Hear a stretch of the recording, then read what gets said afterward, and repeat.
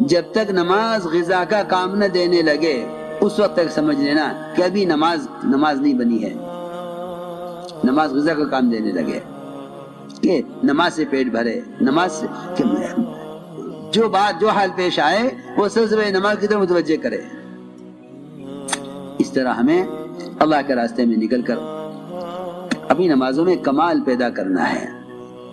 اس لیے کہ صحیح روایت میں ہے من لم يقم صلبه بين الركوع والسجود لم ينظر الله الى صلاته. جو شخص رکوع سے اٹھنے کے بعد اپنی کمر کو سیدھا نہیں رکھتا اللہ اس کی نماز کی طرف نظر اٹھا کر نہیں دیکھتے. اپنی نمازوں میں کمال پیدا کرو. اللہ مجھے معاف فرمائے. ائمہ کرام بھی آج کل مسجدوں میں اس کا اہتمام نہیں کرتے. میں ان سے بھی درخواست کروں گا کہ اماموں کا مسجد میں نماز پڑھانا نماز پڑھانے کے لیے نہیں ہے صرف، بلکہ سارے مقتدیوں کو صحیح نماز کی تعلیم دینے کے لیے ہے.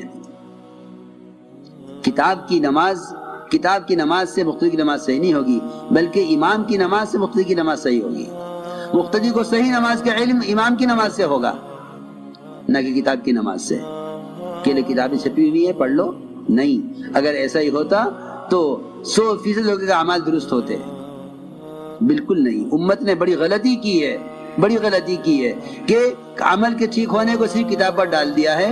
حضور اکرم صلی اللہ علیہ وسلم اس امت کے معلم ہیں. آپ نے اپنے مسجد میں آنے والے کی نماز کو خود دیکھا اور بار بار حکم لگایا جا نماز پڑھ، جو نماز نہیں پڑھی، جا نماز پڑھ، جو نماز نہیں پڑھی. نماز میں رکوع سجدے نہیں چھوڑے تھے، قیام اور جو ہے قاعدہ نہیں چھوڑا تھا. صرف اتنی غلطی کی تھی کہ رکوع سے اٹھنے کے بعد کھڑا نہیں رہا، دو سجدوں کے درمیان اطمینان سے نہیں بیٹھ سکا. اسی لیے حضرت عائشہ، حضرت معاذ بن جبل اور متعدد صحابہ کا اور بہت سے ائمہ کا مذہب یہ ہے کہ جو نماز جلدی جلدی پڑھے گا اس کی نماز ادا نہیں ہوگی، اس کو نماز دوبارہ لوٹانی پڑے گی.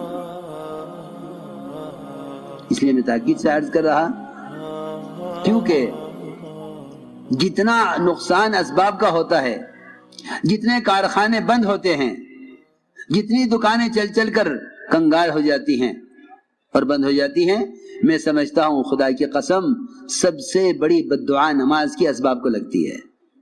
نماز تو خود کہہ رہی ہے کہ بددعا کرتی ہے نماز اس نمازی کے لیے جو اس کے رکوع سجدوں کو بگاڑ کر جاتا ہے. اور لوگ عام طور سے نماز کو بگاڑتے ہیں اسباب کے لیے کہ وہ گاہک دکان پر انتظار کر رہا ہے، مجھے فوراً جانا ہے، سنت چھوڑ کر جائے گا، یہ بگاڑ کر جائے گا. یہ نماز بددعا کرے گی نمازی کے لیے. اسی طرح روایت میں ہے اے اللہ تو اس کو اس طرح برباد کر جیسے اس نے مجھے برباد کیا ہے. میں سمجھتا ہوں کہ باوجود نماز پڑھنے کے جو کاروبار میں نقصان ہوتے ہیں وہ نماز کی بددعا سب سے پہلے کاروبار کو لگتی ہے. جو نماز کو چھوڑ ہی دے گا دکان کے لیے اس کی دکان کو تو کیا بددعا لگے گی نماز کی، جو نماز پڑھنے والے کی بددعا لگ رہی ہے دکان کو، کیونکہ نماز صحیح طریقے سے ادا نہیں کی.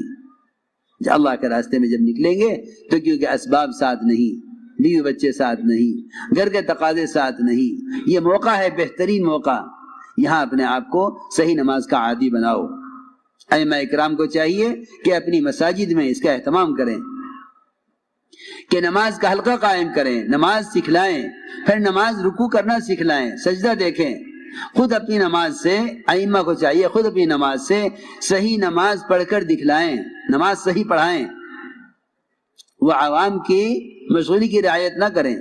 آج کل یہ ایک غلط فہمی پیدا ہو گئی ہے عام طور سے مسلمانوں میں کہ نماز ہلکی پڑھاؤ کیونکہ پیچھے بھائی وہ ہیں، تاجر بھی ہیں، ضرورت مند بھی ہیں اور مشغول لوگ بھی ہیں. جی ہاں، یہ بیچارے ایسے ناواقف اور علم سے ایسے پیدل نکلے کہ انہوں نے نمازوں میں مسنون قرات بھی چھوڑ دی جلدی کرنے کے لیے، رکوع سجدوں کا اطمینان چھوڑ دیا.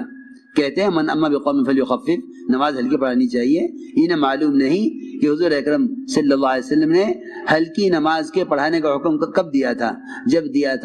جب معاذ ابن جبل رضی اللہ تعالی عنہ نے عشاء کی نماز میں سورہ بقر پوری پڑھی تھی، سوا پارہ، ایک رکعت میں سوا پارہ، دوسری رکعت میں. یہ عشاء کی نماز تھی، تراویح نہیں تھی. عشاء کی نماز جو روزانہ ہوتی ہے صحابہ نے پڑھی پھر خیال آیا کہ حضور اکرم صلی اللہ علیہ وسلم تو والتین والزیتون انا انزلنا والشمس والضحیٰ واللیل اذا یغشی یہ پڑھتے ہیں، اور معاذ نے سورہ بقرہ پڑھی ہے، تو چلو چل کے پوچھ لیتے ہیں حضور اکرم صلی اللہ علیہ وسلم سے کہ یا رسول اللہ یہ نماز یہ بھی قرات ہے یا یہ بھی قرات ہے کہ کون سی نماز پڑھیں؟ اس وقت آپ نے فرمایا تھا اے معاذ اتنی لمبی نماز اگر تم پڑھاؤ گے تو لوگ نماز سے اکتا جائیں گے۔ آج کوئی سورہ بقرہ پڑھے گا تو ہم بھی کہیں گے کہ بھائی نماز ہلکی کریں، یہ تو نہیں کہ امامی رکوع سجدوں سے کھیلیں۔ کتنی عجیب بات ہے، امام کی کوشش یہ نہیں رہی کہ مقتدی ایسی نماز پر آ جائیں، بلکہ مقتدی کی کوشش یہ ہے کہ امام ہماری چاہت کی نماز پڑھائے۔ اللہ مجھے معاف فرمائے، عوام میں نماز کا شوق نہیں۔ اگر کوئی اطمینان سے نماز پڑھاتا ہے تو عوام یہ سمجھتے ہیں کہ نماز یہ صحیح نہیں پڑھا رہا ہے، کیونکہ انہیں صحیح نماز کا خود علم نہیں ہے۔ مقتدی ناراض ہو جاتے امام سے۔ اس لیے کہہ رہا ہوں تبلیغ میں نکلنا کوئی چلا پلا کرنے کے لیے نہیں، بلکہ اپنے اسباب اپنے مشاغل سے نکلے اس لیے ہیں تاکہ مستقل عمل کے ماحول میں رہ کر عمل سے مناسبت پیدا کریں۔ لمبی لمبی نمازیں پڑھنے کی مشق کرو، سجدے میں سر رکھو اس یقین کے ساتھ کہ میرا سر رحمان کے قدموں کے درمیان رکھا ہوا ہے۔ تم بیوی کے سر میں گود میں سر رکھ کے لیٹے ہوئے ہو، کوئی آ جائے کتنی ناگواری ہوگی، کتنی ناگواری ہوگی کہ میں بیوی کی گود میں سر رکھ کے لیٹا ہوں، سکون سے لیٹا تھا۔ کوئی دروازہ کھٹکھٹا دے کیسا غصہ آئے گا، کیسی ناگواری ہوگی، یہ کیا وقت ہے آنے کا، یہ کون آ گیا اس وقت۔ اگر سجدے میں یقین کرو کہ میرا سر اللہ کے قدموں کے درمیان میں رکھا ہوا ہے تو جی چاہے گا اٹھانے کو، کیونکہ یقین ہی نہیں ہے۔ خبر نہیں امام صاحب کتنی مرتبہ سبحان ربی الاعلیٰ پڑھ رہے، اتنی دیر میں تو 2 سجدے ہو جاتے۔ نماز سے مناسبت نہیں رہی، نماز سے مناسبت ختم ہو گئی ہے۔ اس مناسبت کے پیدا کرنے کے لیے اللہ کے راستے میں نکالا جاتا ہے کہ نکلو اپنے مشاغل سے، اپنے اسباب سے، اپنی کمائی کے نقشوں سے نکلو باہر نکل کر مشق کرو صحیح نماز کی۔ اس طرح لمبے لمبے رکوع سجدے کرنے کا اپنے آپ کو عادی بناؤ۔ نفس کو کچلنا پڑے گا، اور نفس کے کچلنے کا سب سے زیادہ مؤثر عمل وہ رات کا قیام اور تہجد ہے۔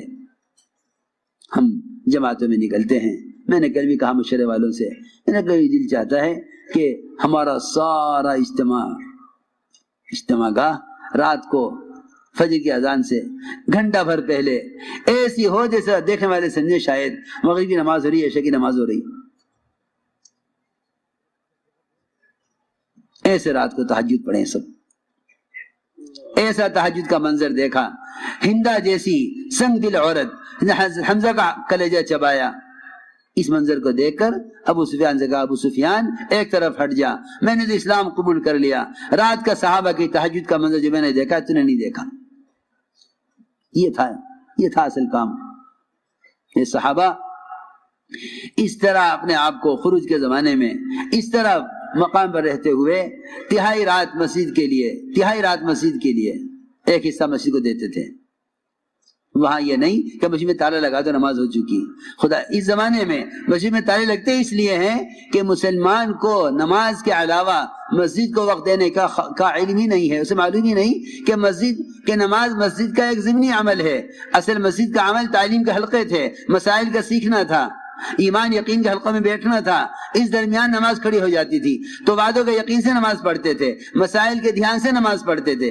اس زمانے میں مسجد صرف نماز کے لیے رہ گئی ہے، یہی وجہ ہے کہ نماز پر جہالت غالب ہے، اور اکثر وقت مسجد اکثر وقت بند رہتی ہے۔ اگر کوئی تقاضا پیش آ جائے، کوئی مسافر گزرنے لگے تو اسے مسجد میں نماز کی جگہ نہیں ملتی کہ وہ تالا بند ہے کہ نماز ہو چکی جاؤ۔ حالانکہ ابن عباس فرماتے ہیں نماز ہو چکے فانتشروا فی الارض وابتغوا من فضل اللہ، نماز کے بعد پھیل جاؤ مسجد میں علم کے حلقوں میں۔ ابن عباس یہ فرماتے ہیں کہ اسے طلب علم مراد ہے، طلب رزق مراد نہیں ہے۔ میں تو اللہ سے دعائیں کرتا رہتا ہوں، کہتا رہتا ہوں کاش یہ ہمارے سال لگائے ہوئے بجائے اس کے کہ اگر کسی مدرسے میں تقرری ملے تو پڑھاویں ورنہ تجارت کر لیں۔ کتنی نکمے پن کی بات ہے۔ اللہ نے تمہیں علم دیا ہے، تم مسجدوں میں علم کے حلقے قائم کر لو، محلے کے لوگ آویں، تم سے مسائل پوچھیں، تم سے نماز سیکھیں، تم سے اپنے گھریلو مسائل آ کے تم سے پوچھیں۔ یوں دل چاہے کہ ہر مسجد مدرسہ بن جاوے، یوں دل چاہے ہر مسجد مدرسہ بن جاوے. اتنے علماء فارغین ہیں، اگر ہر عالم معلم بن جاوے تو امت سے جہالت ختم ہو جاوے. جیسے ہر مالدار زکات دینے والا بن جاوے تو امت سے فقر ختم ہو جاوے.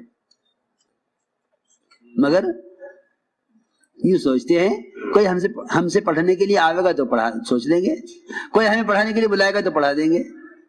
حالانکہ یہ انبیاء کے وارث تھے، ان کے پاس علم اللہ کی طرف سے امت کی امانت ہے، اس امت تک پہنچانا علماء کے ذمہ ہے.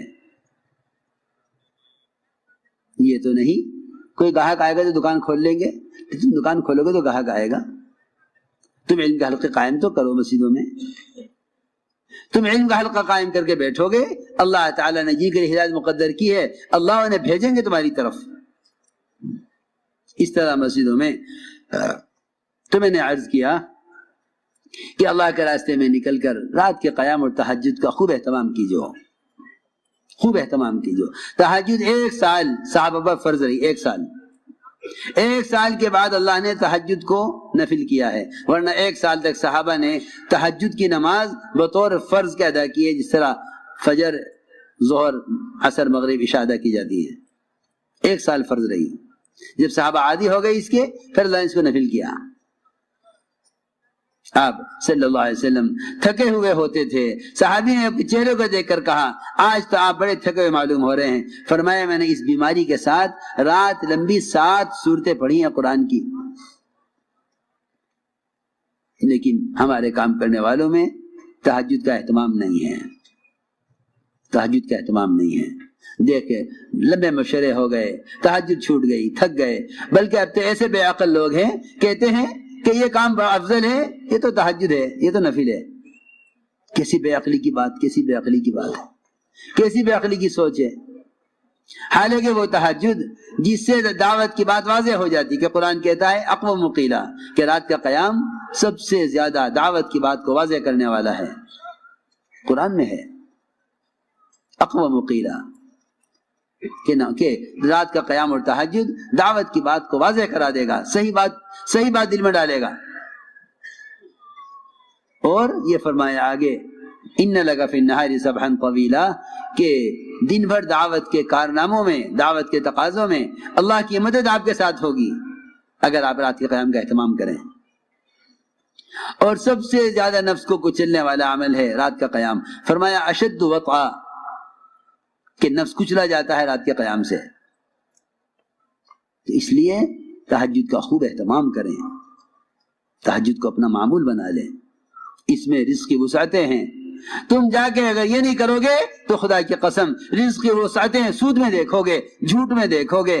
جا کے حکام سے اپنے لیے سود یا قرضے کے مطالبے کرو گے. اگر رات کے تہجد اور قیام سے اور رات کو سونے سے پہلے سورہ واقعہ پڑھ کر اللہ سے کہ خزانہ تعلق قائم نہ کیا تو پھر تمہیں غیروں کی خوشامد کرنی پڑے گی حرام اسباب لینے کے لیے. اللہ کی خوشامد کرنی چھوڑ دو گے حلال اسباب لینے کے لیے.